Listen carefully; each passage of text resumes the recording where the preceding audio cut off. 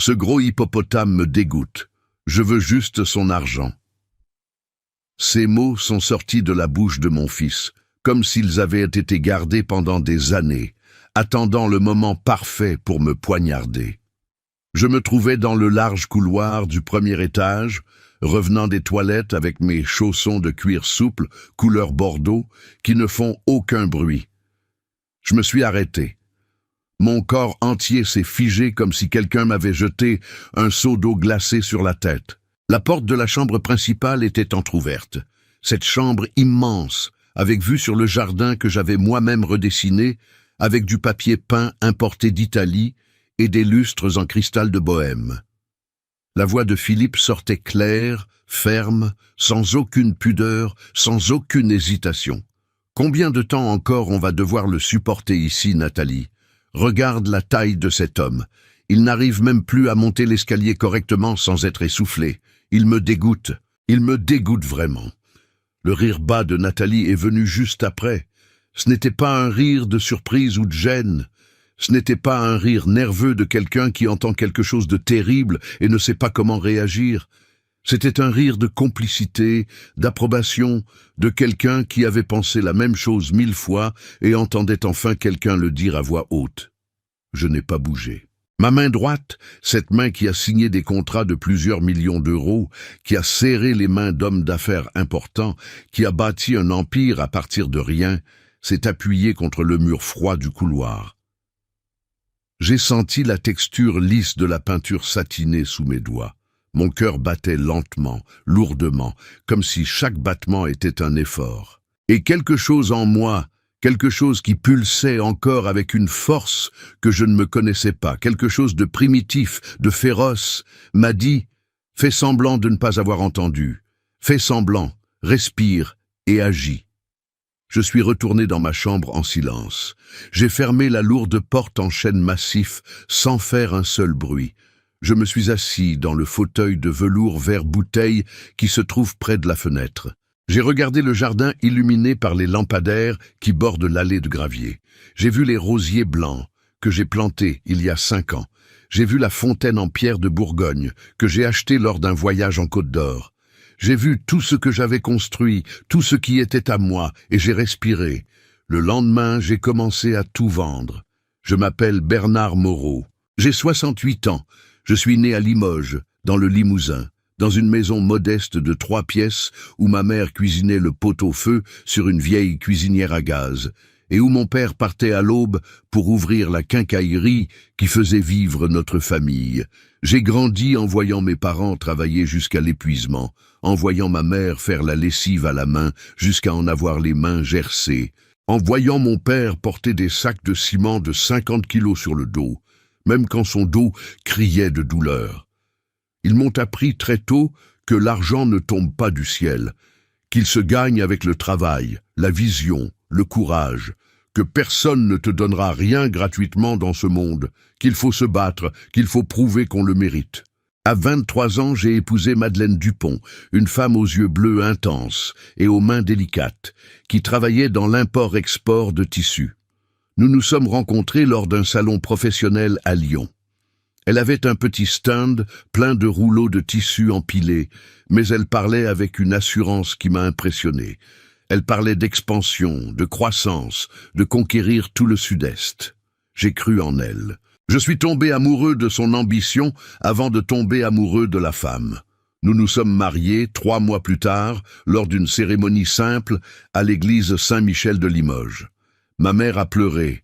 Mon père m'a serré fort dans ses bras et m'a dit « Va avec Dieu, mon fils, et ne laisse jamais personne te prendre pour un imbécile. » Madeleine et moi avons ouvert notre première boutique de confection dans un local commercial loué dans le quartier de la Guillotière à Lyon. C'était petit, 30 mètres carrés, murs défraîchis, mais c'était à nous. Nous travaillions ensemble 12, 14 heures par jour. Je servais les clients, je faisais les comptes, j'organisais les stocks. Madeleine voyageait à Paris, à Milan, à l'étranger, cherchant des fournisseurs, négociant les prix, signant des contrats.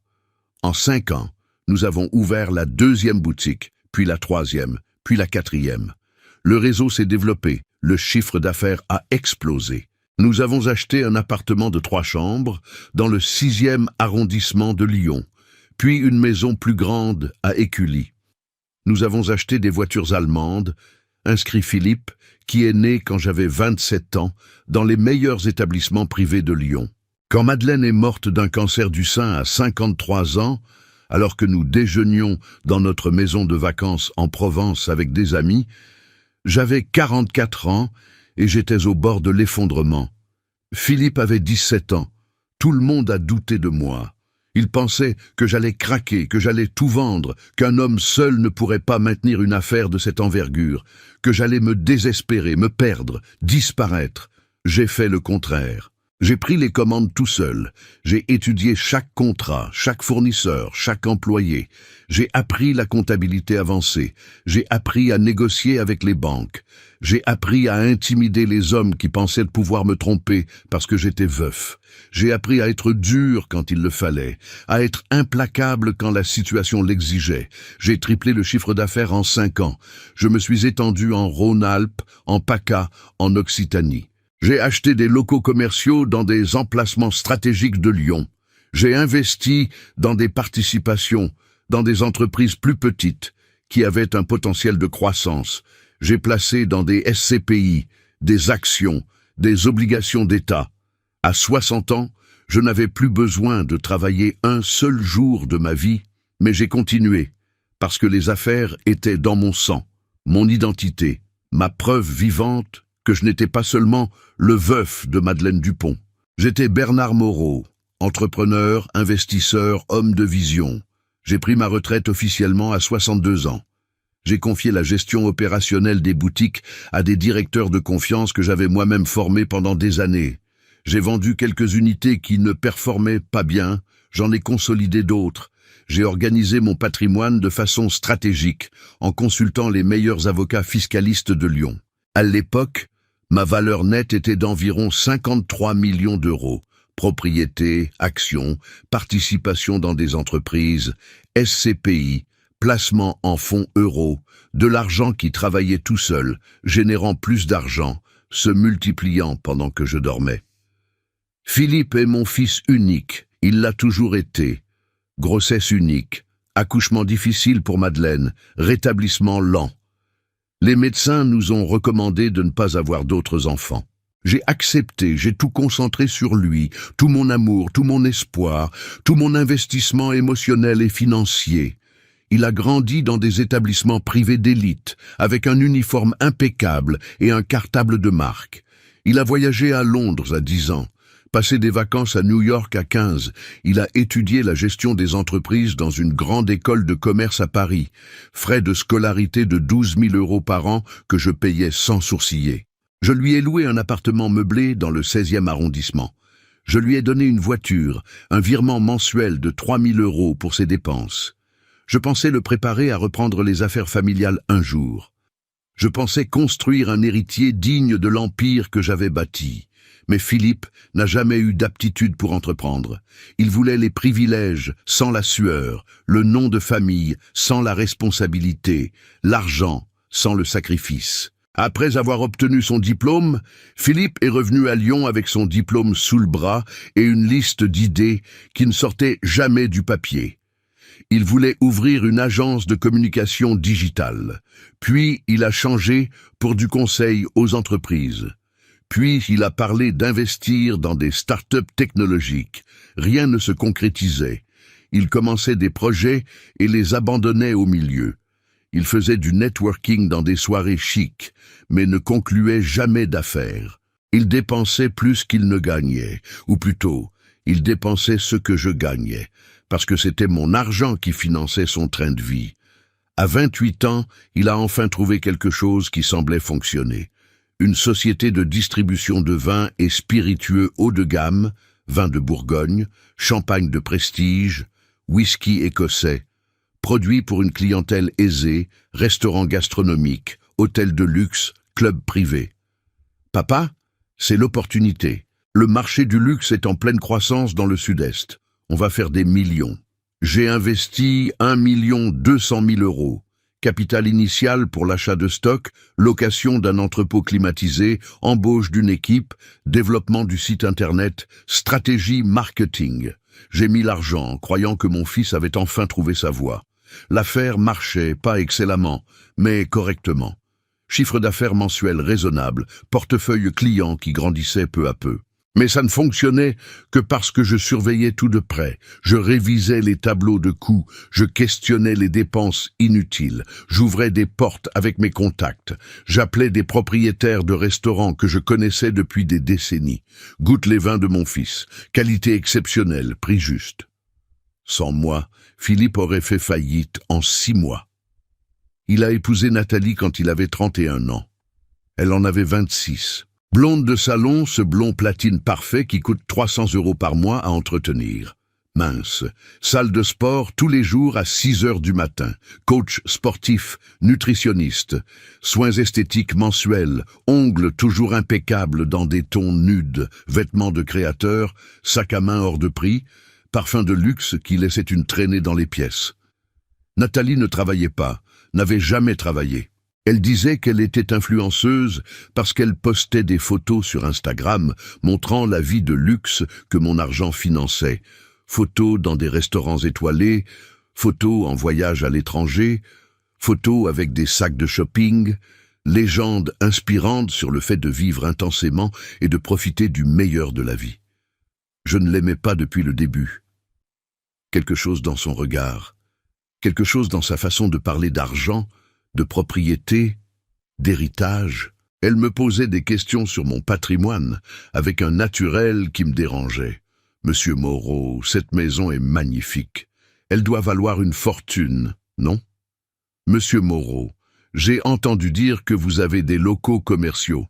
Combien sont-ils ? Monsieur Moreau, Philippe m'a dit que vous avez des participations dans plusieurs entreprises. Comment ça fonctionne ? Des questions qui semblaient innocentes, mais qui avaient un sous-texte clair. Combien avez-vous ? Combien mon mari va-t-il hériter ? Mais j'ignorais. Je pensais que c'était ma paranoïa. Je pensais que c'était de la jalousie de père qui ne veut pas partager son fils. Je pensais qu'avec le temps, elle allait me conquérir, me montrer qu'elle était une bonne personne, qu'elle aimait Philippe vraiment. Ils ont eu 2 enfants. Maxime est né en premier. Un garçon aux grands yeux et aux cheveux bouclés qui m'appelait Papy Bernard et courait dans mes bras chaque fois qu'il me voyait. Léa est née 2 ans plus tard. Une petite fille délicate et souriante qui adorait quand je lui racontais des histoires avant de dormir. J'aimais ces enfants avec une intensité qui faisait mal. C'était ma seconde chance, ma rédemption. Philippe s'était éloigné de moi au fil des années, pas physiquement, mais émotionnellement. Mais les petits-enfants me regardaient avec une admiration sincère, demandaient mes bras, voulaient mon attention. Pendant des années, Philippe et Nathalie ont habité dans un appartement de 3 chambres à Écully que j'ai donné en cadeau de mariage. Acte notarié aux 2 noms, payé comptant, rénové, meublé. 350 000 € investis. Mais il y a 2 ans, un dimanche après-midi, Philippe est venu me parler. Nous nous sommes assis sur la terrasse de ma maison, la propriété de 5 millions d'euros dans les Monts d'Or, avec un jardin d'1 hectare, piscine avec terrasse en teck, 5 chambres en suite, dressing, salle de cinéma, cave à vin climatisée. « Papa, l'appartement est trop petit, les enfants grandissent. Maxime a besoin d'une chambre plus grande pour mettre sa batterie. Léa veut un espace pour danser. Et toi, tu vis seul dans cette immense maison. Ça n'a pas de sens. » Il a fait une pause, m'a regardé avec ses yeux marrons qu'il a hérités de sa mère. « On pourrait vivre ensemble, papa. Ce serait bien pour tout le monde. Pour toi aussi. Tu aurais de la compagnie, tu verrais les petits-enfants grandir, on prendrait soin de toi. J'aurais dû me méfier, j'aurais dû voir le piège, mais je ne l'ai pas vu. J'étais seul, complètement seul, sans Madeleine, sans amis proches. Tous étaient morts ou s'étaient éloignés avec les années, sans hobby en dehors de regarder des documentaires et lire des rapports financiers.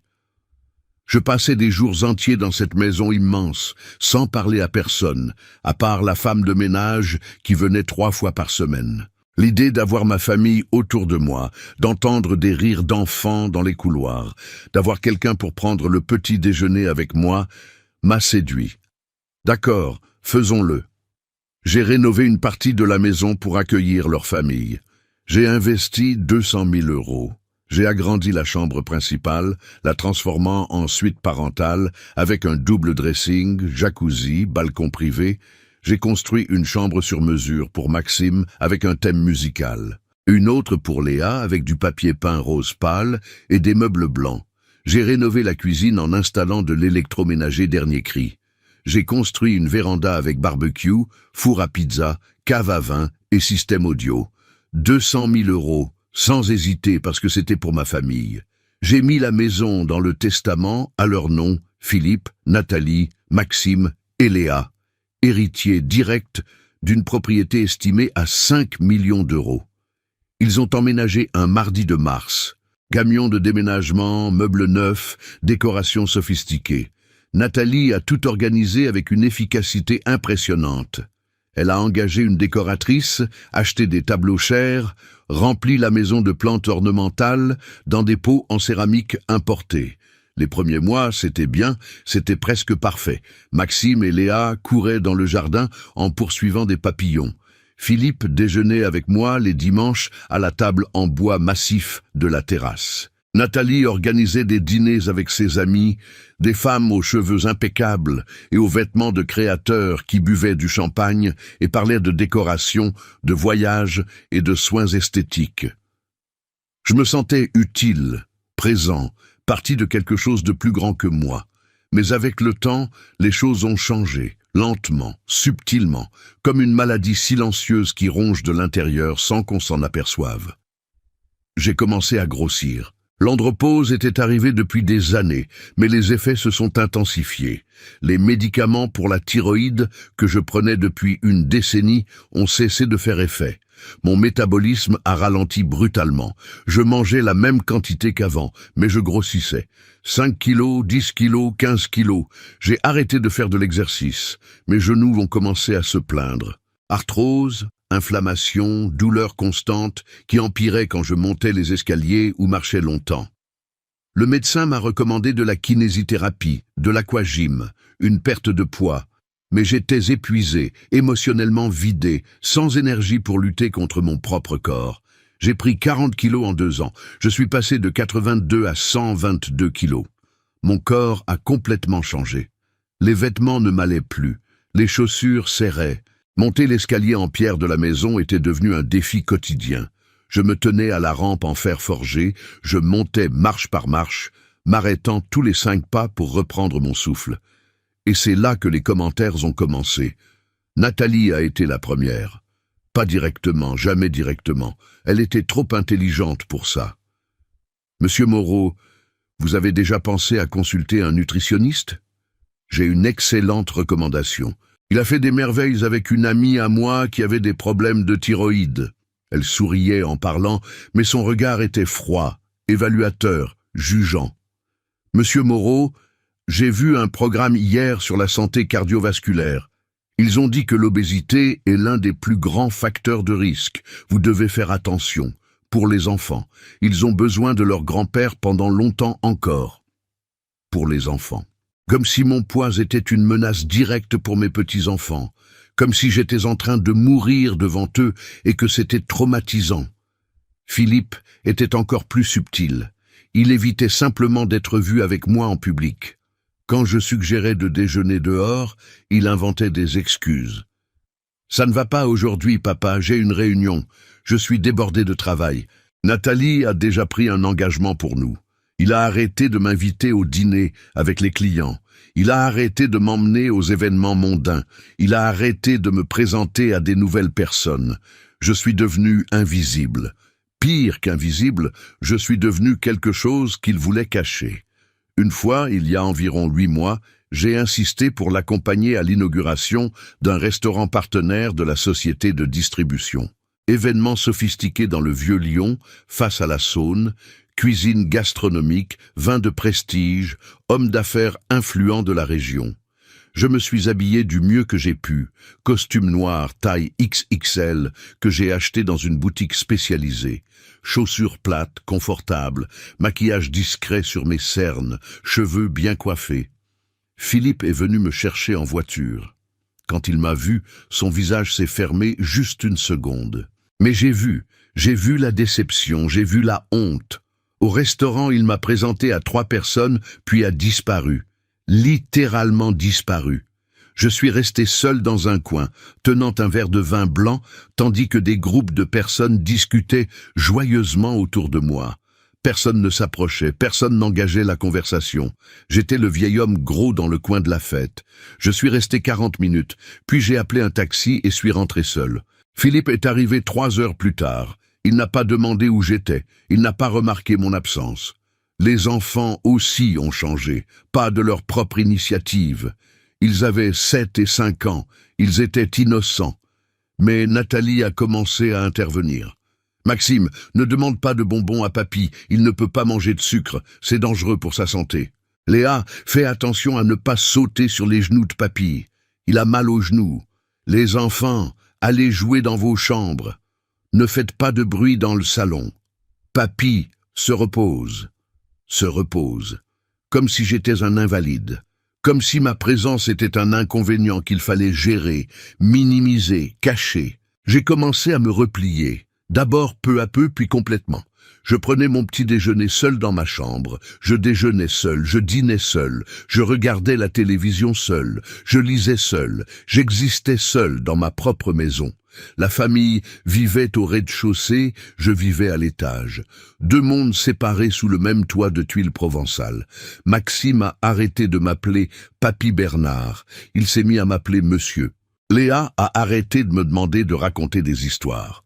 Nathalie disait que les enfants devaient devenir autonomes, que je les gâtais trop, que je perturbais leur éducation avec des cadeaux et des gâteries excessifs. Des cadeaux excessifs. J'avais acheté un nouveau vélo pour Maxime, 500 €. Nathalie était furieuse. « Monsieur Moreau, vous ne pouvez pas acheter des choses chères pour les enfants sans nous consulter. Ils doivent apprendre la valeur de l'argent. Ils doivent comprendre que les choses ne tombent pas du ciel. » Ironique, venant d'une femme qui n'avait jamais travaillé un jour de sa vie, qui vivait de l'argent de son mari, qui par extension vivait de mon argent. Mais je n'ai pas riposté, je n'ai pas affronté, je me suis juste replié davantage, caché davantage, effacé davantage. J'ai commencé à manger en cachette, j'achetais des chocolats, des biscuits, des glaces, et je les cachais dans le mini-réfrigérateur de ma chambre. Je mangeais au milieu de la nuit quand tout le monde dormait, ressentant un mélange de plaisir et de honte. Le sucre calmait temporairement.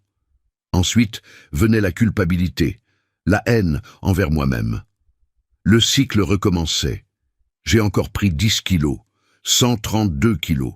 Mes genoux hurlaient, ma tension artérielle s'est envolée. Le médecin m'a alerté sur le risque de diabète de type 2, de problèmes cardiaques, d'AVC. Il a prescrit plus de médicaments, plus de pilules à avaler chaque jour. J'étais en train de mourir. Pas littéralement, pas encore. Mais je mourais de l'intérieur, je disparaissais. Je me dissolvais dans l'insignifiance. Et puis est venue cette nuit de vendredi, le 12 août, anniversaire de Madeleine. Elle aurait eu 74 ans. Elle serait en vie si elle avait fait des contrôles plus réguliers, si le cancer avait été détecté plus tôt, si elle avait écouté les médecins qui l'alertaient sur les symptômes. J'ai allumé une bougie pour elle le matin dans mon dressing, loin des regards de tous. J'ai prié doucement. J'ai parlé avec elle comme si elle était là. « Madeleine, je ne sais pas quoi faire. Je suis seul. Notre fils ne m'aime pas. Je pense qu'il ne m'a jamais aimé. Il me tolère, il me supporte. Il attend que je meure pour avoir l'argent. » J'ai pleuré en silence, des larmes chaudes coulant sur mon visage, tandis que la bougie brûlait dans la pénombre du dressing. Personne n'a pensé à l'anniversaire de Madeleine. Personne ne s'en souvient jamais. Pour eux, elle n'est que la femme qui est morte il y a 24 ans, la mère absente, la grand-mère qu'ils n'ont jamais connue. Le soir, Philippe et Nathalie se sont préparés pour sortir. Elle était resplendissante, robe de soirée couleur champagne, moulante, talons hauts, cheveux lâchés en ondulation parfaite, maquillage impeccable. Philippe en costume gris, chaussures italiennes, parfum cher que je lui ai offert à Noël dernier. On va dîner au Paul Bocuse. J'ai réservé une table avec vue sur le parc. Philippe m'a à peine regardé quand il a dit ça. Il était sur son téléphone. Très bien. Restaurant gastronomique, 3 étoiles près de Lyon. Addition de 500 à 800 euros par couple. De l'argent que je virais mensuellement sur son compte. 20 000 euros par mois, parfois 30. En plus des dépenses fixes, école des enfants, 4 000 euros par mois, mutuelle familiale, 800 euros, carte de crédit sans plafond à mon nom, mais qu'il utilisait librement. Amusez-vous bien, ai-je dit. Ma voix est sortie faible, fatiguée. Ils sont partis. Ils ont laissé les enfants avec Claire, la nounou, une jeune femme de 28 ans, sérieuse, compétente, que j'ai moi-même embauchée et dont je paie le salaire. 2 000 euros plus avantage. Claire est gentille avec moi. Elle l'a toujours été. Elle me traite avec respect. C'est l'une des rares personnes dans cette maison qui me regarde encore dans les yeux quand elle parle. Je suis resté dans ma chambre. J'ai mis un documentaire sur la Renaissance italienne à la télévision de 55 pouces face à mon lit. J'ai regardé sans faire attention. Mon esprit était loin, pensant à Madeleine, pensant à tout ce que nous avions construit ensemble, pensant à comment la vie était devenue petite, étriquée, étouffante. Vers 23 heures, j'ai entendu la porte d'entrée s'ouvrir. J'ai entendu des rires forts, traînants.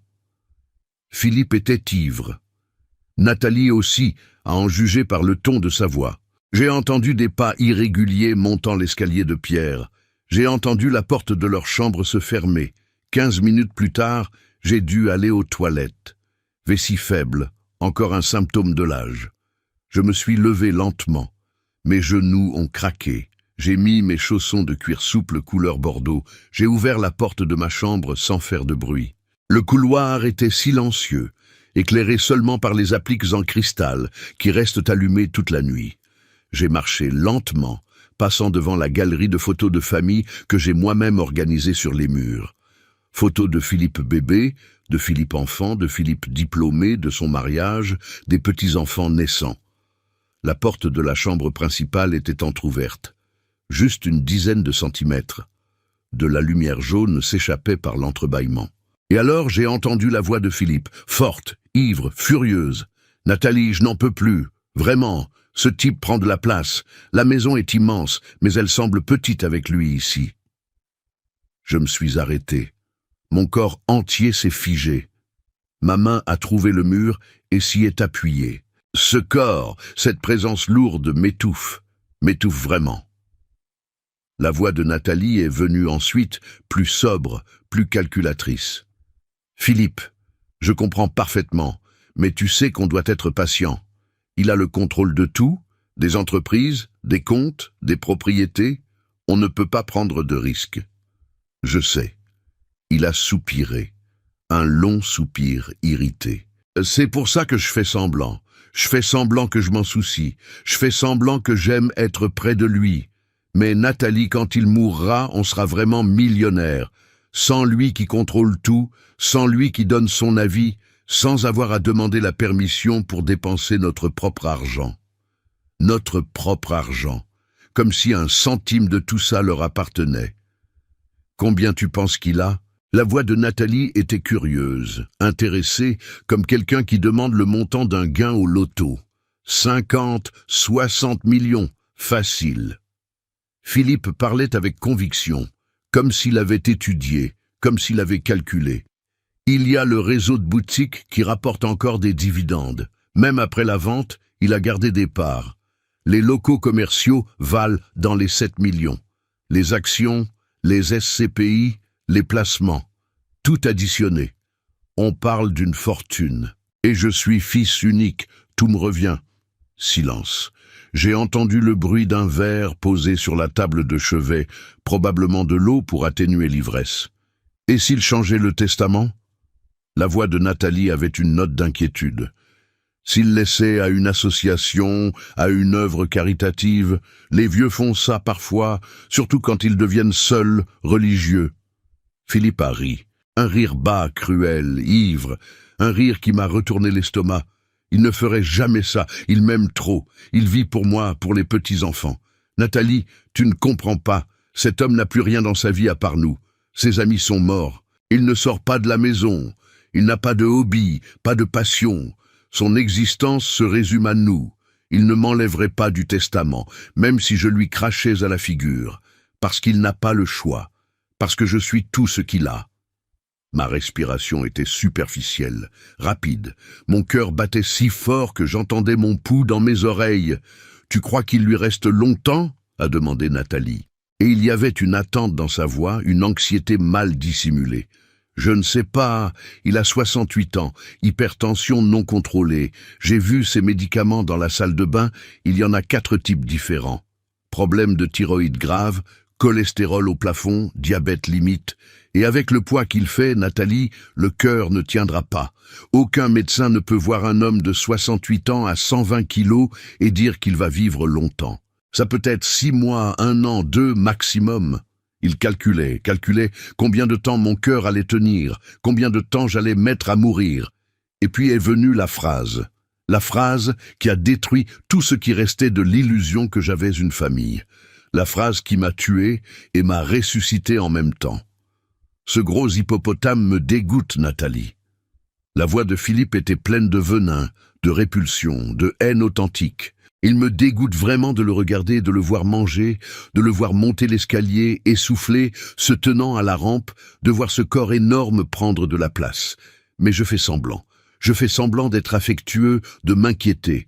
Je lui fais la bise tous les matins, même en ayant envie de vomir. C'est juste tenir encore un peu, et on se débarrasse de lui.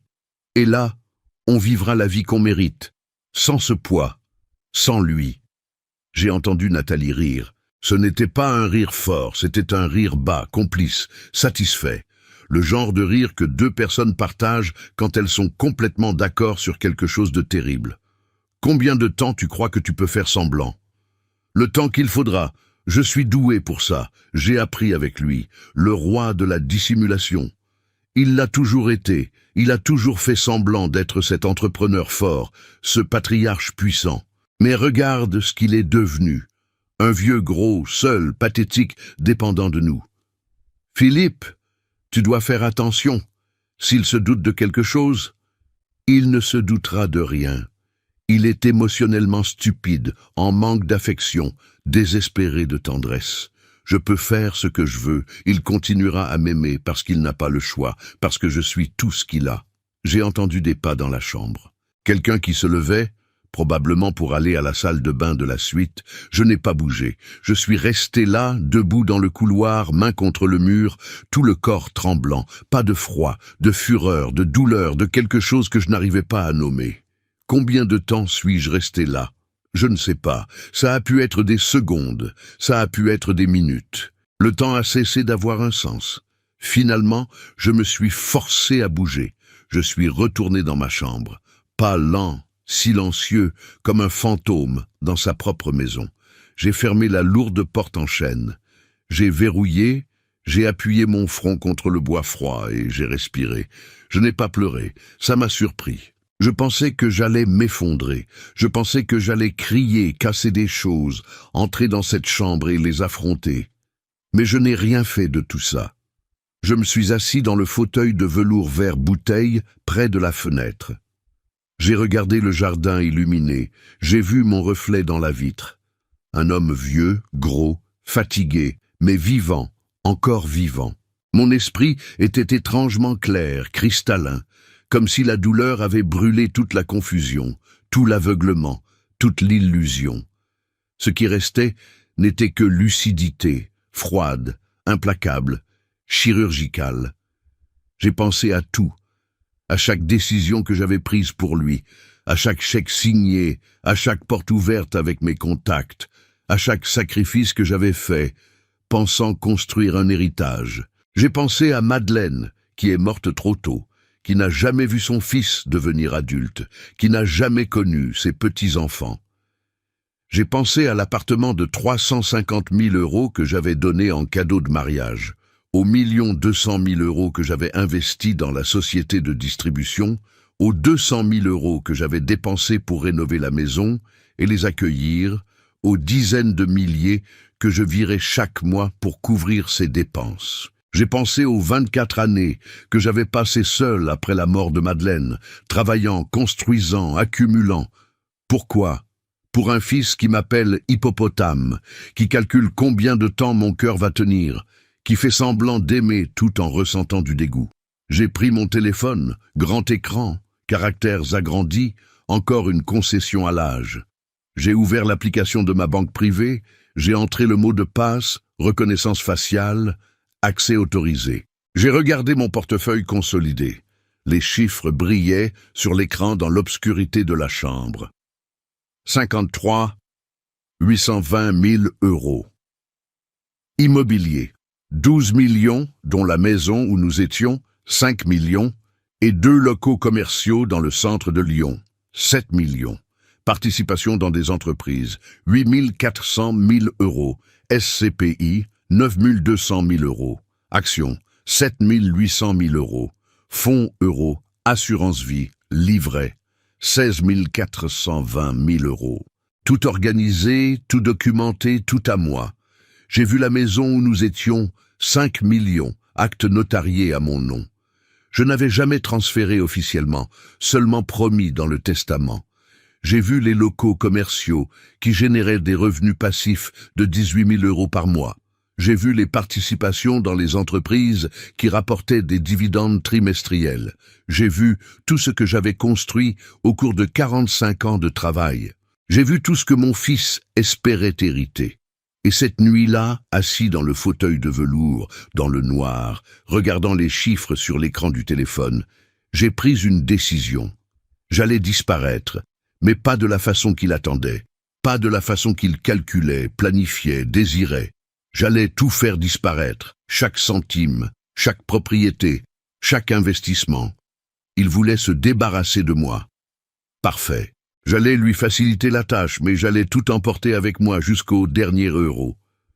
Le lendemain matin, samedi, je me suis réveillé à 6 heures du matin. Je n'avais pas dormi. J'avais passé la nuit entière à regarder le plafond, à planifier, à organiser mentalement chaque étape.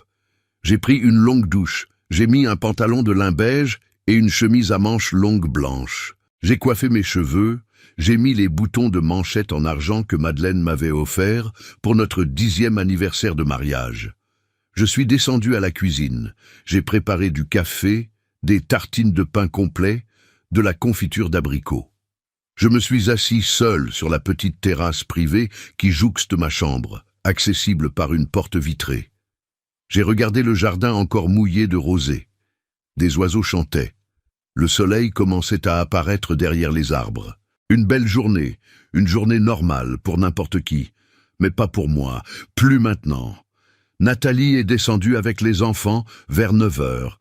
Léa était en pyjama rose, Maxime en short et t-shirt. Ils sont passés en courant dans le salon sans me voir. Nathalie m'a jeté un coup d'œil rapide, indifférent, et a juste dit « bonjour » avant de disparaître dans la cuisine. Philippe est parti jouer au tennis au club vers 10 heures.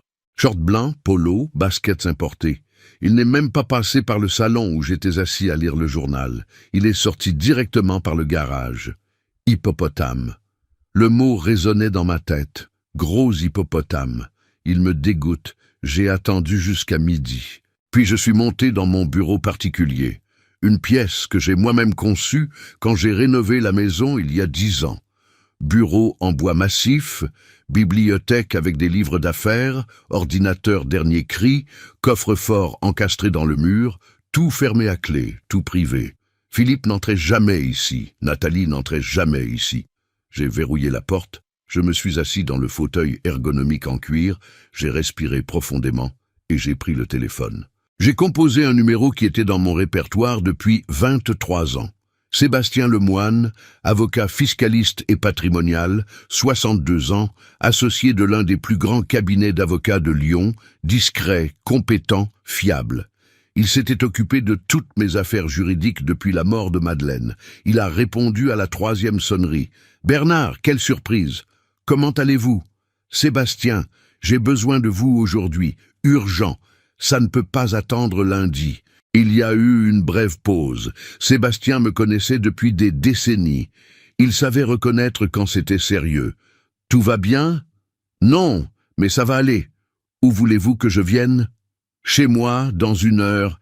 Et Sébastien, apportez tous les documents de mon portefeuille patrimonial. Testament, procuration, acte notarié, contrat de participation, tout. Bernard, vous m'inquiétez. Pas besoin. Il suffit d'être là. 1 heure, s'il vous plaît. J'y serai. Il est arrivé ponctuellement à 13 heures. Mercedes grise, costume gris, mallette en cuir noir. Sébastien a toujours été un homme élégant, cheveux grisonnants, coiffé en arrière, barbe taillée, lunettes à monture discrète. J'ai ouvert la porte moi-même. Je ne voulais pas que quiconque sache qu'il était là. Je suis monté avec lui directement au bureau. J'ai verrouillé la porte à nouveau. Sébastien s'est assis dans le fauteuil face à mon bureau, a posé la mallette sur la table, m'a regardé avec une inquiétude sincère. Que s'est-il passé? J'ai tout raconté, chaque mot que j'avais entendu, chaque phrase, chaque rire complice. Hippopotame, dégoût, calcul de combien de temps mon cœur allait tenir, l'attente anxieuse de l'héritage, la certitude que j'étais trop bête, trop en manque d'affection, trop pathétique pour m'en apercevoir ou réagir. Sébastien m'a écouté en silence. Son visage est devenu de plus en plus grave. Quand j'ai terminé, il a baissé la tête et resté silencieux de longues secondes. « Bernard, je ne sais pas quoi dire. Je suis vraiment désolé. Pas besoin d'être désolé, j'ai besoin de votre aide. » Il a levé les yeux. « Vous aider comment ?» J'ai respiré profondément. « Je veux faire ceci. Je veux tout vendre. Je veux liquider tout ce qui est à mon nom. Propriétés, actions, participation dans les entreprises, SCPI, tout. Je veux convertir en liquidité. Je veux retirer Philippe du testament. Je veux le retirer comme bénéficiaire de l'assurance vie. Je veux annuler les procurations. Je veux l'effacer complètement de mon patrimoine. Et je veux faire ça de façon à ce qu'il ne s'aperçoive de rien jusqu'à ce qu'il soit trop tard. » Sébastien m'a fixé. « Bernard, vous êtes absolument certain? C'est votre fils unique. » Il ne l'est plus. Ma voix est sortie ferme, froide. Un fils n'attend pas que son père meure. Un fils ne traite pas son père d'hippopotame. Un fils ne calcule pas combien de temps le cœur de son père va tenir. Un fils ne fait pas semblant d'aimer tout en ressentant du dégoût. Il n'est plus mon fils, Sébastien. C'est un vautour. Il attend que je devienne de la charogne. Sébastien a brièvement fermé les yeux. Quand il les a rouverts, il y avait de la détermination. D'accord, on va faire ça correctement, sans faille, sans possibilité de recours. Vous êtes lucide, capable. Vous avez des bilans médicaux à jour qui prouvent votre pleine capacité mentale. Personne ne pourra contester vos décisions. On va tout organiser de façon juridiquement blindée. Combien de temps pour tout vendre? L'immobilier de grande valeur prend du temps, mais on peut accélérer avec des décotes stratégiques. Les participations dans les entreprises peuvent être liquidées en quelques jours si vous acceptez une valeur de marché juste. Les actions et SCPI, liquidité immédiate. Je dirais 2 semaines, peut-être 3. Faites-le en 2. Nous avons commencé immédiatement, là, dans mon bureau, porte verrouillée, le monde dehors continuant comme si rien ne se passait. Sébastien a ouvert la mallette, sorti des documents, actes notariés, contrats, certificats, relevés, tout méticuleusement organisé dans des dossiers colorés avec des étiquettes imprimées. D'abord, la maison, 5 millions. Pour une vente rapide, je suggère de la mettre à 4 800 000. Ça attirera des acheteurs sérieux immédiatement. Mettez à 5, je ne veux pas avoir l'air désespéré, je veux avoir l'air stratégique. Entendu, je vais contacter 3 agences immobilières de luxe, vente discrète, uniquement pour clients VIP, pas de publicité, pas de panneaux, pas de photos sur Internet. Parfait. Les 2 locaux commerciaux, 7 millions au total. Le marché est porteur pour le commercial à Lyon. Je peux trouver des acheteurs en 48 heures. Trouver les participations dans les entreprises, 8 400 000. Je vais contacter les autres associés, proposer le rachat de vos parts. Ils voudront acheter. Ça élimine un associé externe. Ça consolide le contrôle. Combien de temps? Une semaine, peut-être moins. Il y a une réunion des associés prévue jeudi prochain. Je peux présenter la proposition là. Présenter. Actions et SCPI, 17 millions. Liquidité immédiate.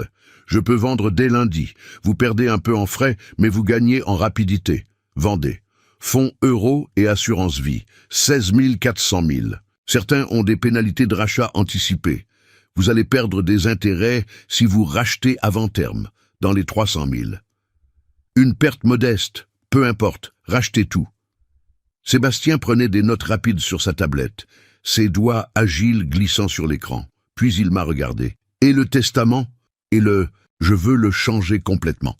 Retirer Philippe, retirer Nathalie, retirer les petits-enfants. Ils sont mineurs, donc tout héritage irait à leur mère de toute façon.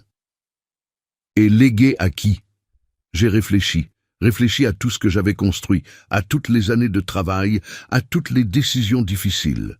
J'ai pensé à Madeleine, qui disait toujours « Bernard, l'argent est un outil, utilise-le pour construire, pas pour détruire. » 70% pour des œuvres caritatives. Je veux une liste des plus sérieuses. Éducation, santé, aide aux personnes âgées, des endroits qui font vraiment la différence. Compris. 20% pour Henri Bergeron, mon ami depuis 40 ans. Il habite à Annecy. Il a toujours été là pour moi dans les bons comme dans les mauvais moments. 20% de 53 millions, ça fait 10 600 000. Il est au courant? Non. Ce sera une surprise. Et les 10% restants? D'anciens employés, des gens qui ont travaillé avec moi pendant des années. Claire, la nounou, Madame Duval, mon ancienne gouvernante qui a travaillé pour moi pendant 15 ans. Marcel, le chauffeur qui m'a servi pendant une décennie. Des gens qui m'ont traité avec dignité quand la dignité est devenue rare. Sébastien a souri. Pas un sourire joyeux, un sourire triste, respectueux. Vous avez toujours été juste, Bernard, toujours. Pas toujours, mais j'apprends. Nous avons travaillé pendant 3 heures. Sébastien a rédigé des ébauches, passé des appels, pris des rendez-vous, contacté des agents immobiliers, préparé des documents pour signature. Quand il est parti à 16 heures, le plan était en marche. Le lundi, j'ai commencé l'exécution. J'ai appelé l'agence immobilière de luxe. J'ai fixé une visite discrète. 2 agents sont venus le mardi à 10 heures du matin quand Philippe était à la société et Nathalie avait emmené les enfants à l'école. Ils ont pris des mesures, fait des photos professionnelles, évalué. 5 millions, c'est juste, même conservateur. Une propriété comme celle-ci, à cet emplacement, avec ses finitions, pourrait être proposée à 5,5. 5. C'est bien. Je veux une vente rapide. Le mercredi, j'ai reçu la première offre, 4 700 000 €. J'ai refusé. Le jeudi, deuxième offre, 5 millions comptant. J'ai accepté. Acheteur, Alexandre Martin, entrepreneur du secteur technologique. Argent propre, dossier impeccable. Signature du compromis prévu pour le lundi suivant.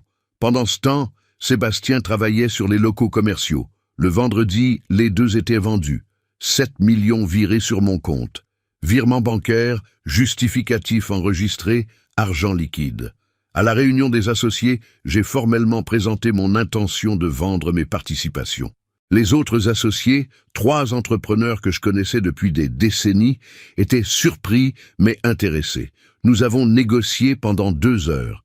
Nous avons conclu à 8 200 000 €. 200 000 en dessous de la valeur de marché, mais liquidité immédiate. Signature le mercredi, argent le jeudi. Les actions et SCPI ont été liquidées par lot. Lundi, mardi, mercredi. Des sommes arrivant sur le compte courant. 17 000, 50 000 €. 50 000 de plus que prévu grâce à une valorisation inattendue de certaines actions technologiques que je détenais. Les fonds euros ont été rachetés. J'ai perdu 280 000 € d'intérêts pour rachat anticipé. Je m'en fichais.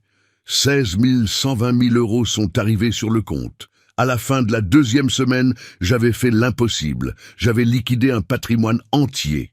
160 000 euros. Tout en liquide, tout disponible, tout sous mon contrôle absolu. J'ai réparti l'argent entre 4 banques différentes. Stratégie de sécurité recommandée par Sébastien. J'ai configuré des virements vers des structures offshore dans des paradis fiscaux légaux.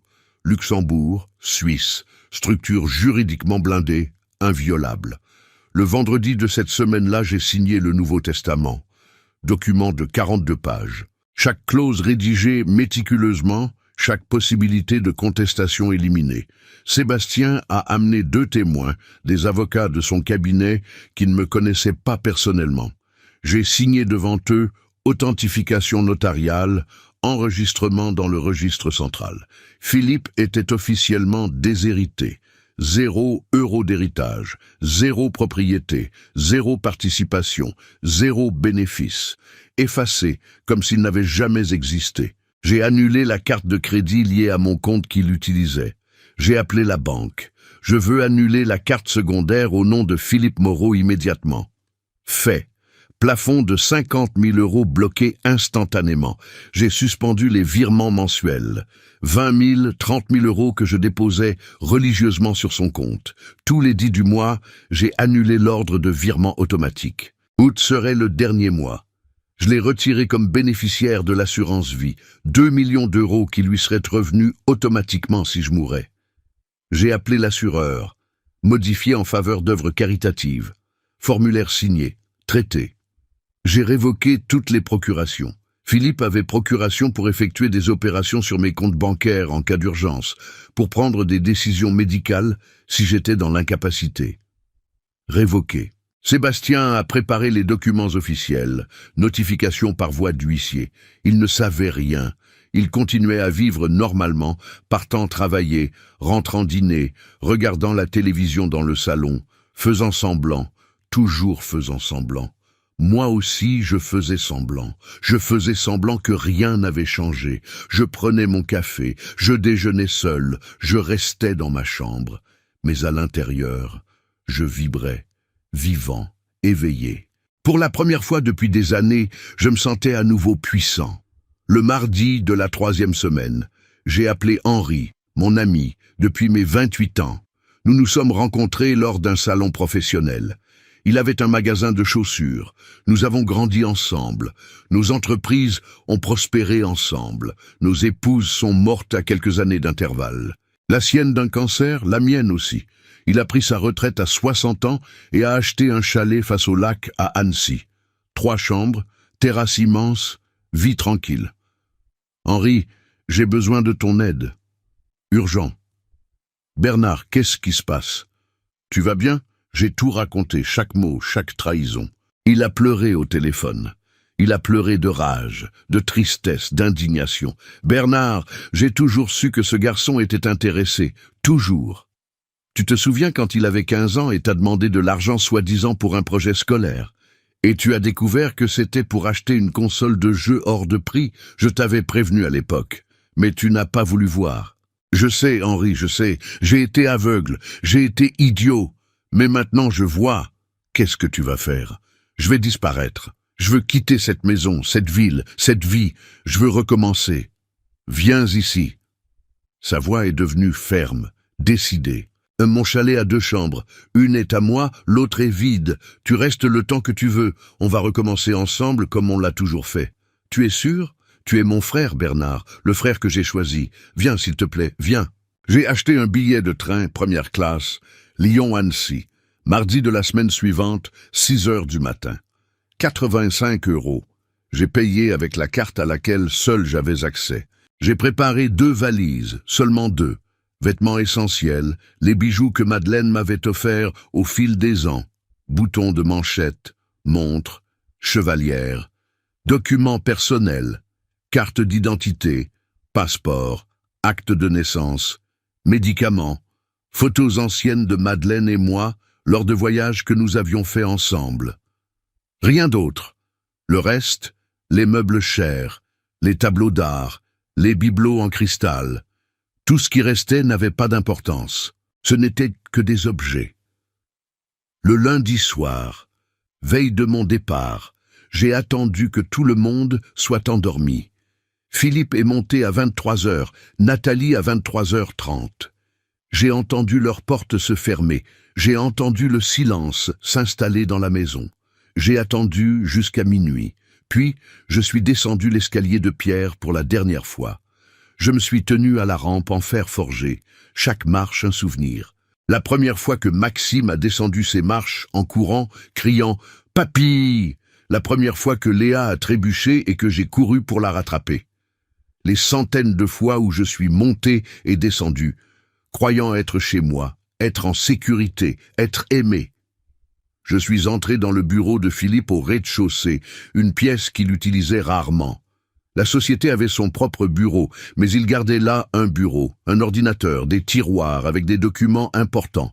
J'ai allumé la lumière, ouvert le tiroir supérieur, retiré quelques dossiers au hasard et posé ma chemise cartonnée marron, épaisse, avec 3 enveloppes à l'intérieur. Enveloppe 1. Acte de vente de la maison avec le tampon « Vendu » en rouge. Nom du nouveau propriétaire, Alexandre Martin. Date de transfert, déjà effectuée. Date de libération des lieux, 30 jours à compter de cette date. Enveloppe 2. Justificatif bancaire, annulation de la carte de crédit secondaire. Suspension des virements automatiques mensuels. Retrait comme bénéficiaire de l'assurance vie. Révocation des procurations. Tout tamponné, daté, officiel. Enveloppe 3. Une lettre manuscrite, papier à en-tête avec mon nom, mon écriture cursive élégante que j'ai apprise à l'école dans les années 1960. Stylo à encre permanente bleu foncé. J'ai écrit lentement. Chaque mot choisi avec soin, chaque phrase un coup de poignard précis. Philippe, tu m'as traité d'hippopotame, tu as dit que je te dégoûte. Tu as dit que tu attends que mon cœur s'arrête pour récupérer mes 53 millions. J'ai entendu chaque mot, chaque rire, chaque calcul sur combien de temps je vais mettre à mourir. La maison a été vendue 5 millions à Alexandre Martin. Tu as 30 jours pour partir. Le compromis a déjà été signé. L'argent a déjà été viré. Les locaux commerciaux ont été vendus. 7 millions. Les participations dans les entreprises ont été vendues. 8 200 000. Les actions et SCPI ont été liquidées. 17 millions. Les fonds euros ont été rachetés. 16 millions. Total, 53 370 000 euros. Tout a été converti en liquidité. Tout a disparu de ta portée. Tu ne reverras jamais un centime de moi. J'ai changé le testament. Tu as été complètement retiré. 70% vont à des œuvres caritatives. 20% pour Henri. 10% pour des gens qui m'ont traité avec respect. Tu ne reçois rien. Tes enfants ne reçoivent rien. Nathalie ne reçoit rien. J'ai annulé ta carte de crédit. J'ai suspendu les virements mensuels. Je t'ai retiré comme bénéficiaire de l'assurance vie. J'ai révoqué toutes les procurations. Tu as dit que je n'avais plus rien dans la vie à part toi. Tu avais tort. J'ai ma dignité, mon argent, ma liberté, toute ma vie devant moi. Et toi, tu as ce que tu as toujours voulu, te débarrasser de moi. Félicitations, tu as réussi, mais sans l'héritage, sans la maison, sans l'argent, sans rien. Tu as mal calculé, mon fils. Mon cœur est plus fort que tu ne l'imaginais, et ma mémoire est encore meilleure. N'attends pas d'hériter de celui que tu souhaites enterrer. Adieu, Bernard Moreau. J'ai plié la lettre, je l'ai mise dans l'enveloppe, j'ai fermé, j'ai écrit sur l'enveloppe en grosses lettres « Philippe, urgent, à ouvrir immédiatement ». J'ai laissé la chemise ouverte sur son bureau, bien au centre, impossible de ne pas la voir. J'ai éteint la lumière, fermé la porte, remonté les escaliers une dernière fois. Je suis entré dans ma chambre, j'ai pris les 2 valises qui étaient déjà prêtes, cachées derrière la porte du dressing. J'ai regardé autour de moi, cette chambre où j'avais dormi seul si longtemps. Ce lit king size où j'avais pleuré des nuits entières après la mort de Madeleine. Cette fenêtre d'où j'avais observé le jardin fleurir et se faner au fil des saisons. Je n'ai pas ressenti de tristesse. J'ai ressenti du soulagement. Je suis descendu les escaliers en portant les lourdes valises. Mes genoux ont protesté, mais j'ai ignoré. J'ai ouvert la porte d'entrée. L'air froid de la nuit est entré. 3 heures du matin, ciel sombre, étoiles brillantes. J'ai pris ma voiture, une BMW X5 noire, année 2020, immatriculée à mon nom. J'ai mis les valises dans le coffre, je suis monté, j'ai réglé le siège, réglé les rétroviseurs, démarré le moteur, et je suis parti. Pour la dernière fois, sans regarder en arrière, j'ai conduit jusqu'à un hôtel près de la gare de Lyon-Part-Dieu. Hôtel de luxe, 150 € la nuit. J'ai fait le check-in, je suis monté dans la chambre, j'ai pris une douche, je me suis allongé dans le lit propre, sentant la lavande. J'ai dormi pour la première fois depuis des mois. J'ai dormi profondément, sans cauchemar, sans angoisse. Je me suis réveillé à 5 heures du matin avec le réveil du téléphone. Je me suis préparé, j'ai pris un petit déjeuner rapide au restaurant de l'hôtel, j'ai appelé un taxi pour la gare. J'ai embarqué à 6h15, train à l'heure, siège confortable, départ en douceur. J'ai regardé par la fenêtre tandis que Lyon disparaissait sous les nuages. La ville où j'étais né, où j'avais bâti un empire, où j'avais perdu une épouse, où j'avais élevé un fils qui m'avait trahi. Je n'ai pas ressenti de nostalgie, j'ai ressenti la liberté. Philippe a tout découvert le mardi matin vers 9h. J'étais déjà à l'Annecy quand mon téléphone a commencé à exploser. Le premier appel est arrivé à 9h23. Ignoré. Deuxième appel, 9h27. Ignoré. Troisième, quatrième, cinquième. Tous ignorés. Mon téléphone vibrait sans arrêt dans la poche de mon pantalon, tandis qu'Henri et moi prenions le café sur la terrasse de son chalet, regardant le lac bleu turquoise s'étendre jusqu'à l'infini. « C'est lui ?» a demandé Henri, regardant ma poche vibrer. « C'est lui. Tu vas répondre ? » ?»« Non. » Jusqu'à midi, 63 appels manqués, 89 messages WhatsApp, 22 messages vocaux, des SMS aussi, des SMS démodés que plus personne n'utilise. À 13h, alors que nous avions déjà déjeuné une excellente tartiflette dans un restaurant face au lac, j'ai finalement ouvert WhatsApp. J'ai lu les messages, un par un, méthodiquement. Les premiers étaient confus, rageurs. « Papa, qu'est-ce que tu as fait ? Tu es où? C'est quoi cette histoire de maison vendue? Tu as perdu la tête ?» Puis sont venus les désespérés. « S'il te plaît, réponds au téléphone. Papa, pour l'amour du ciel, il faut qu'on parle. C'est un malentendu. J'en suis sûr. Tu es où ?» Et enfin les suppliants. « Papa, je t'aime. Tu sais que je t'aime. Je ne voulais pas dire ces choses. J'étais ivre, j'ai dit des bêtises. S'il te plaît, reviens. On en parle. On peut arranger ça. » J'ai sélectionné un des messages vocaux, le plus long, 3 minutes et 42 secondes. Je l'ai mis à l'oreille. J'ai appuyé sur lecture. La voix de Philippe était détruite, larmoyante, ivre de désespoir. « Papa, papa, pour l'amour du ciel, qu'est-ce que tu as fait? Comment as-tu pu faire ça? Tu as vendu la maison. Vendu la maison comment? Quand? Sans m'avertir, sans me consulter? On habite ici. Moi, Nathalie, tes petits-enfants. Tes petits-enfants, papa, tu as pensé à eux? Tu as tout retiré? Tout, les propriétés, les entreprises, les actions. Tu as liquidé 53 millions et tu ne m'as rien dit? Tu es fou. Tu es sénile? Quelqu'un t'a manipulé, c'est forcément ça. Sébastien t'a manipulé. Il veut voler ton argent. Papa, je suis ton fils. Ton fils. Tu ne peux pas me laisser sans rien. J'ai 2 enfants. Nathalie est en panique.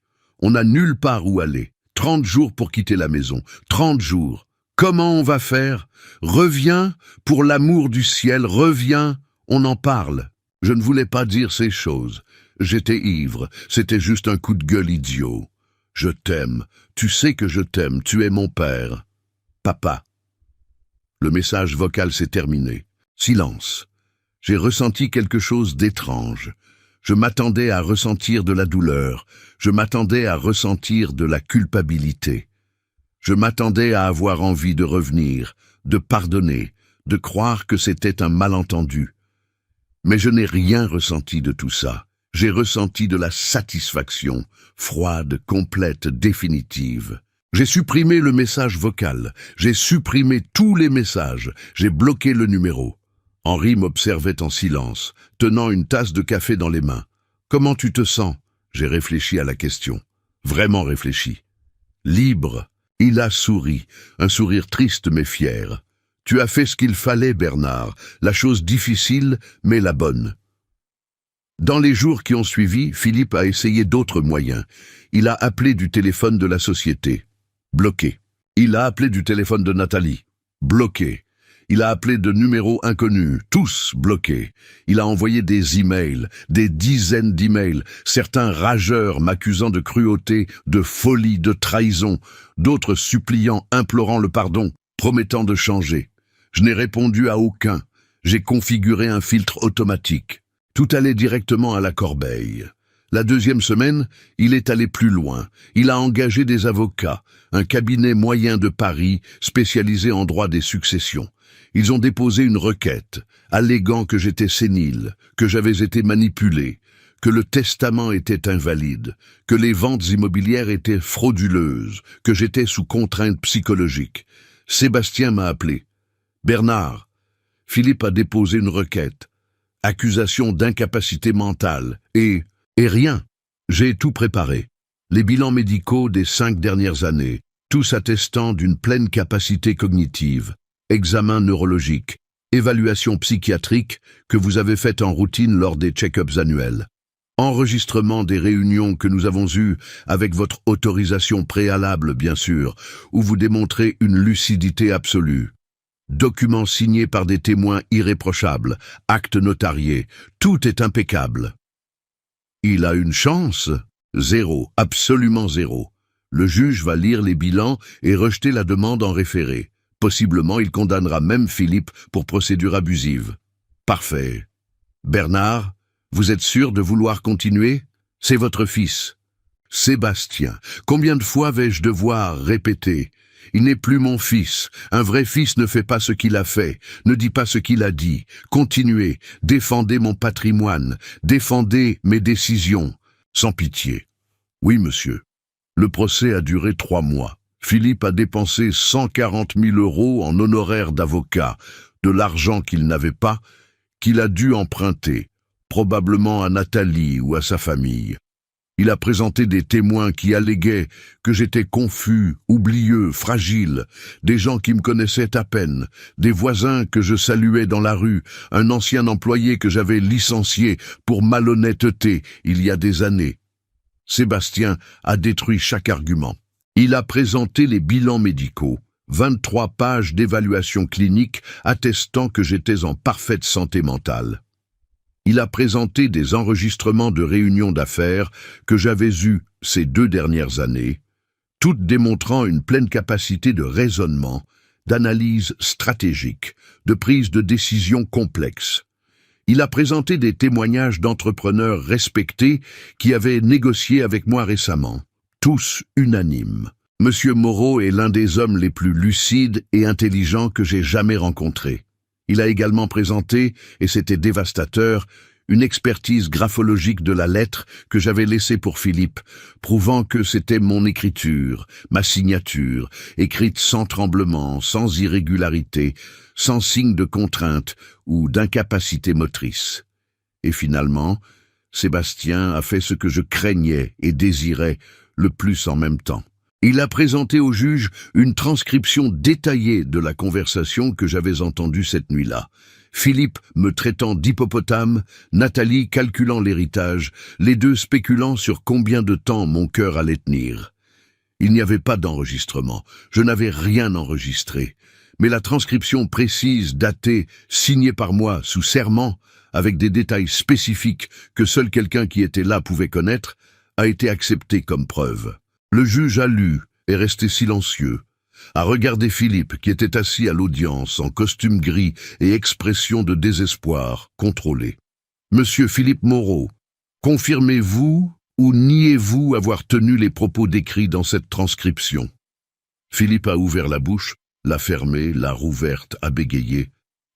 J'étais ivre, monsieur le président. J'ai dit des choses que je ne voulais pas dire. C'était un moment de... Répondez seulement par oui ou non. Avez-vous tenu ces propos? Long silence, puis presque inaudible. Oui, le juge a frappé avec son marteau. Requête rejetée. Tous les actes de M. Bernard Moreau ont été accomplis en pleine capacité civile et mentale. Le testament est valide. Les ventes sont valides.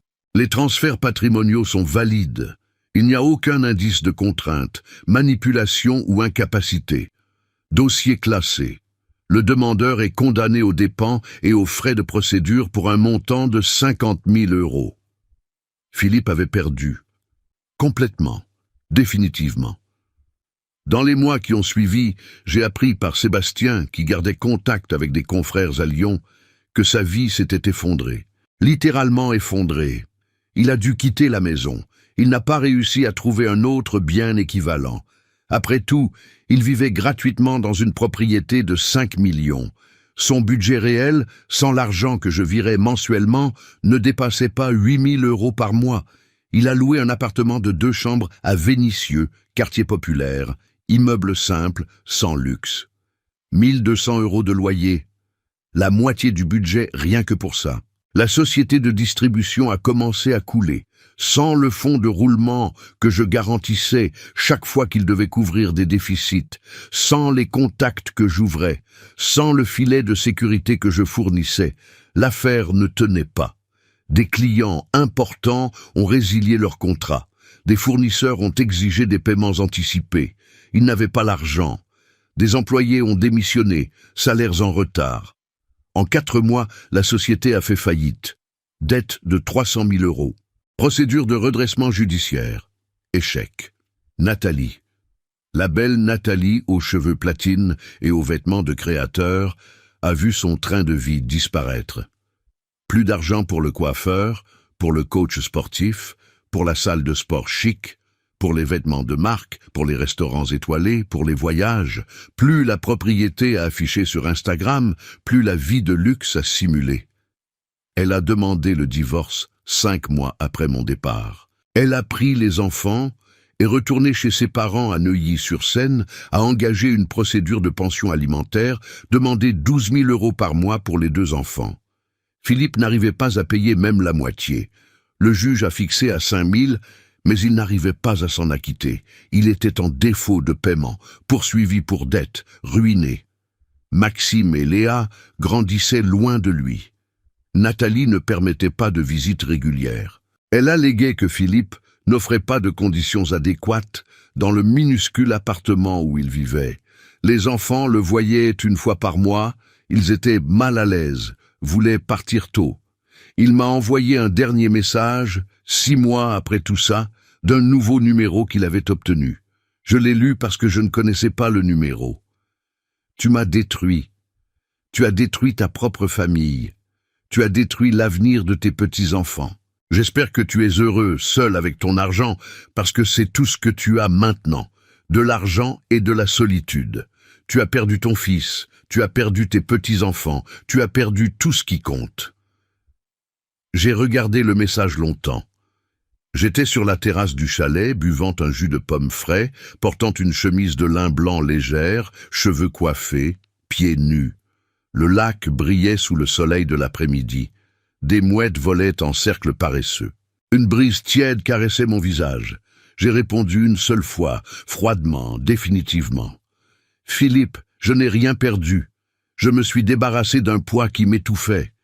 Tu voulais mon argent, maintenant tu ne l'as plus. Tu voulais que je meure. Eh bien, je suis mort. Le père que tu connaissais, qui t'aimait inconditionnellement, qui te pardonnait tout, est mort cette nuit où tu m'as traité d'hippopotame. Ce qui reste, c'est moi, Bernard, et je vis très bien sans toi, mieux que jamais. » J'ai bloqué le numéro. Je n'ai plus jamais eu de ces nouvelles. Je n'ai plus jamais voulu en avoir. Aujourd'hui, 10 mois plus tard, je vis dans un chalet face au lac à Annecy. 3 chambres, chacune avec dressing et salle de bain privative. Terrasse immense avec barbecue, jacuzzi, jardin vertical avec des plantes de montagne, vue imprenable sur le lac et les montagnes où je nage tous les matins en été. Je l'ai acheté comptant, payé 3 millions. Il reste 300 000 euros. Placé dans des fonds diversifiés, rapportant en moyenne 0,8% par mois. 402 000 euros de revenus passifs mensuels. Plus que suffisant pour que je vive avec dignité. Non, avec luxe, pendant les 50 prochaines années, si je le veux. Henri vit avec moi. Nous partageons les dépenses, même si je n'en ai pas besoin, mais il insiste, et je respecte. Nous partageons aussi la vie. Nous prenons le café sur la terrasse chaque matin, regardant le lac se réveiller. Nous planifions des voyages. Nous parlons de livres, de films, de politique, de tout. Il me fait rire, je le fais rire. Nous avons 68 et 71 ans respectivement, mais nous nous sentons jeunes, libres, vivants. Nous avons voyagé ensemble. Le mois dernier, nous sommes allés à Lisbonne. Nous sommes restés 2 semaines. Nous avons marché dans le Chiado, bu du vin vert à Alfama, mangé des pastéis de Belém chaud directement de la fabrique. Le mois prochain, nous allons à Barcelone. 3 semaines. Las Ramblas, le parc Güell, la Sagrada Familia, des restaurants charmants dans le Barrio Gótico.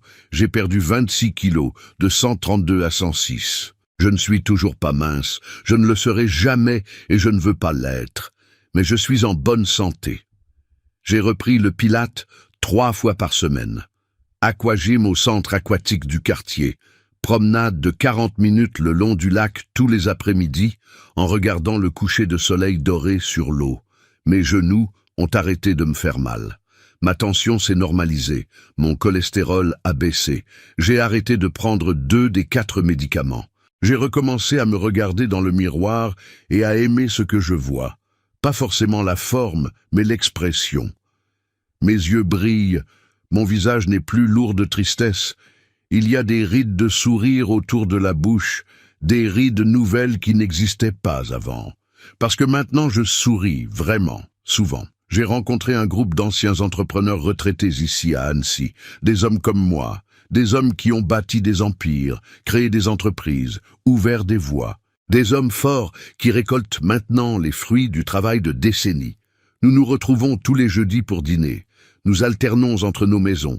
Nous parlons d'investissement, de politique, de petits-enfants, ceux qui en ont et aiment en parler, de voyages, de livres.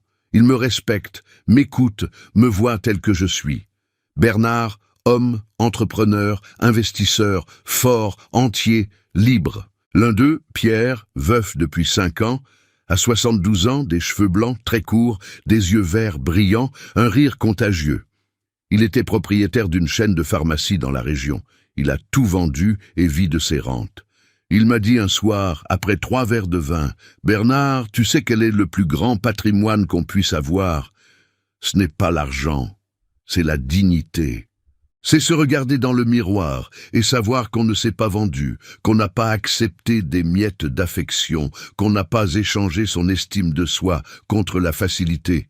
Tu l'as fait, tu as eu le courage. » J'ai pleuré ce soir-là, mais c'était de bonnes larmes, des larmes de soulagement, de reconnaissance, d'acceptation.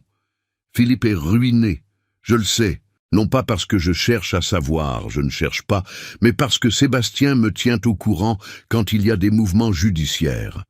Philippe a tenté de contester le testament 2 fois de plus, rejeté les 2 fois.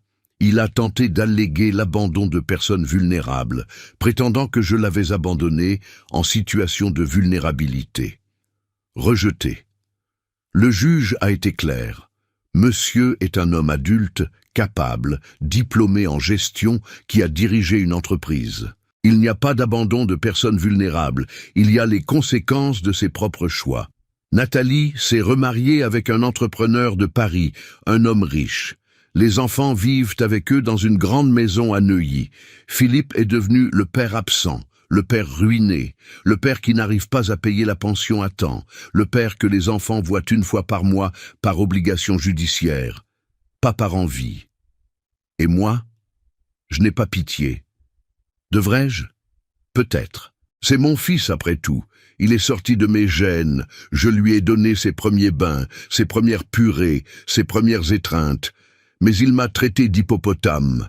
Il a calculé combien de temps mon cœur allait tenir.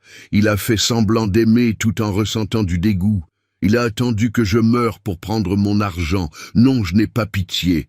Je ressens la justice. Je sens que l'univers s'est rééquilibré. Je sens que j'ai fait ce qui devait être fait.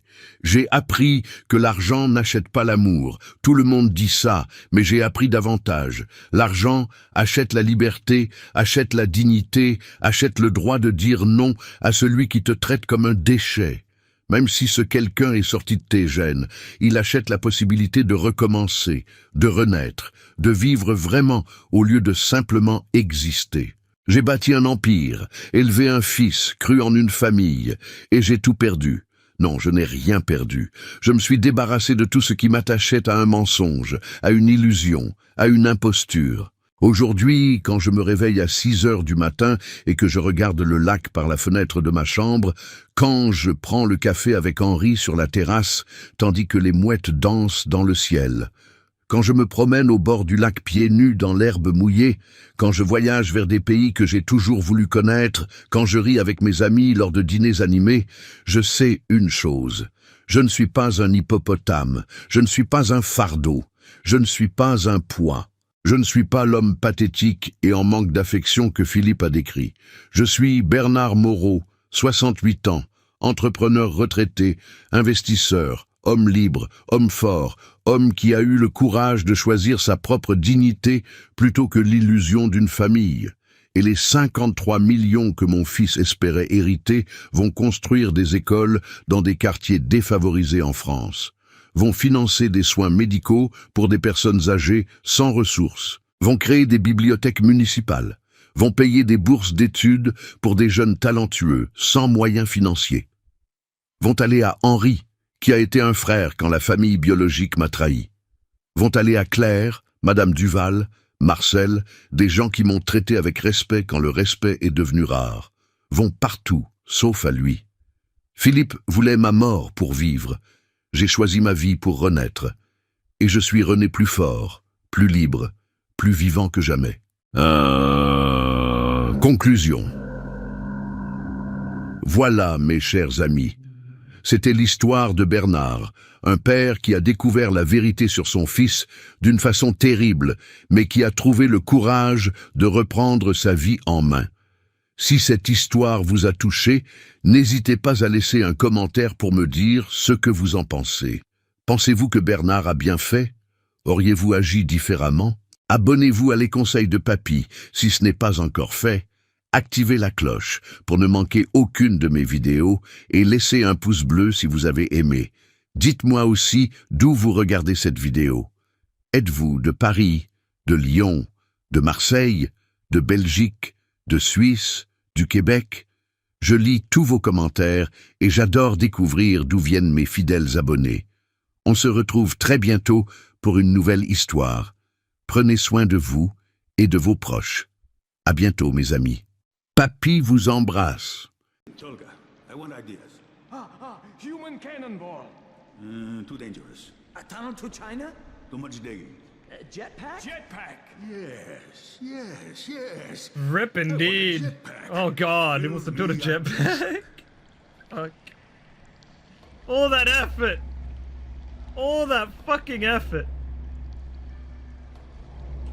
Now what? Like, was that not a quest? I feel like that was a quest. Maybe that wasn't a quest and it was like an Easter egg. Cause I don't think we did have a quest here. No, it was. It finished. Okay. That's Nice. funny. That was good. And there's another hole here. Oh, hang on. Oh, I guess it's just the way out.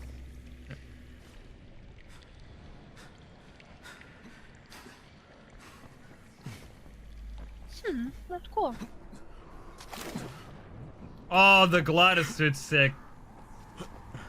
How do you use it? You use it the same way as the grapple. What? You just glide over everything. Hey, Base, how's it going, man? How you doing? Oh, that is really cool. You noticed it? Try it. I wonder Yeah. if like anything comes out. Do you see me using it? Mm, Doesn't appear like I'm doing anything. no. No, it just looks like you're floating. They didn't even make a design for it. That's funny as fuck.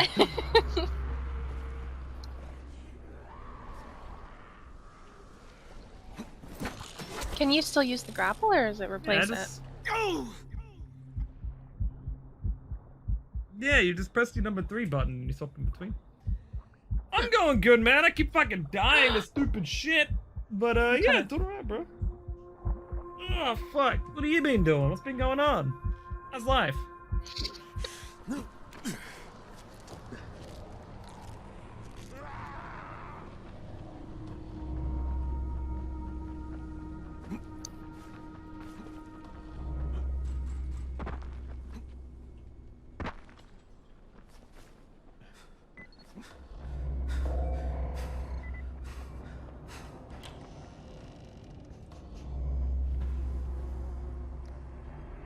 Gonna stream in a minute, some Skyrim VR, maybe? I'm not sure. Fair enough, man. Hope you have a good time. Nothing can go wrong with this plan. Wait. This is it. This is it. it? Wow, the sewer stuff? Yeah, so this is the wooden door, no?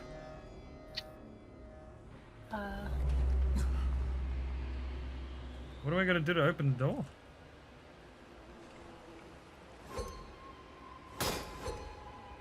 Have a look. I don't think this is the same wooden door. This is different, I think. Yeah, it's a different door. Okay.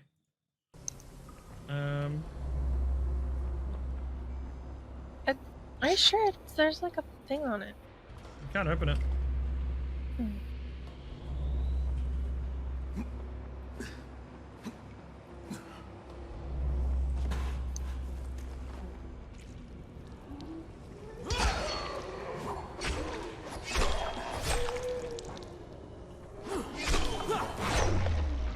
Oh my god, I chopped it into bits.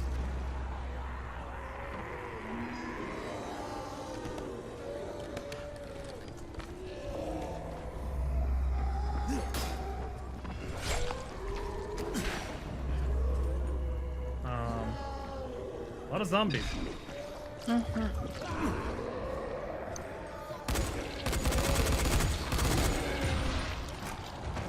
Oh my god, killed him quick. It's over here.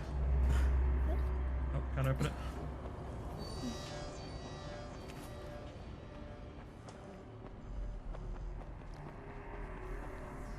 Wooden There door? it is. Yeah, this is it. Look for it.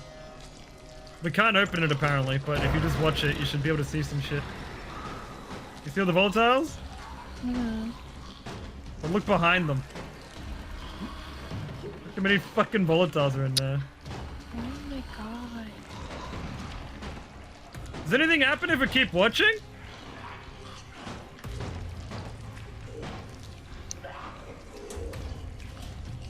I don't... Just to show you? But what about the other one? Wasn't there meant to be like a big one? Somewhere? Oh my god! Where did you come from? Oh my god, there's a bunch, there's a bunch, there's a bunch! What? Oh my god! I didn't know that was gonna happen! Oh shit! Assistant. That scared the fuck out of me! I'm out of fucking bullets. I'm out of bullets. I'm out of bullets. I'm out of bullets. I'm out of bullets. Oh my god, how am I out of bullets? I'm gonna fucking die! I thought it was gonna be a big volatile!